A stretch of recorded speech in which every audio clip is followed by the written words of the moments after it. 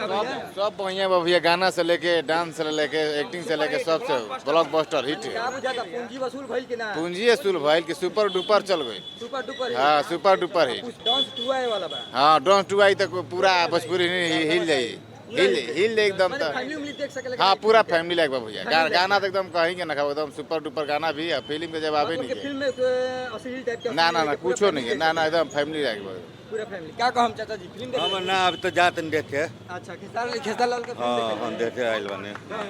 Dance movie देख लिए भैया? हाँ देख लेनी भाई, कैसा लगा? ठीक है रहे, हैं? ठीक है रहे। कहानी में तो कैसा है? साउथ जैसन बताओ जाते कि साउथ जैसन बनावल गइल बा। हाँ बनावल गइल बा, पुष्पे लेखा बा।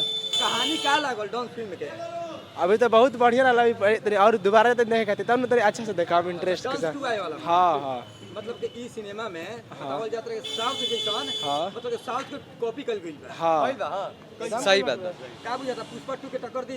एकदम टक्कर दी भैया, उहे फिल्म में बट खेसार लाल यादव का कुछ कहते नहीं। एक्टिंग एक्टिंग बहुत बढ़िया बट एकदम सेम वो करनी पुष्पा 3 नियन। हां का कहते हैं भैया? अब तो हम देखला ही नहीं कि सिनेमा, अब तो सिनेमा में नहीं कि जाते देखा ही। देख लेन भैया। बहुत बढ़िया बा फिल्म, आवा ना भैया। बहुत बढ़िया बहुत सुपर। कहानी माने कौन आधारित पे कहानी रहे? पुष्पा 2 के रोल बा, पुष्पा 2 नियर। पुष्पा 2 नहीं है? हाँ मतलब पूरा खेसार लाल यादव जंगल उंगल में जाता है। हाँ पूरा सांप के तरसर की तरह। मतलब कौन सा ऐसा सीन रहे कि रोरा बढ़िया लागल? ये मार भाला वाला मार बहुत बढ़िया लगा।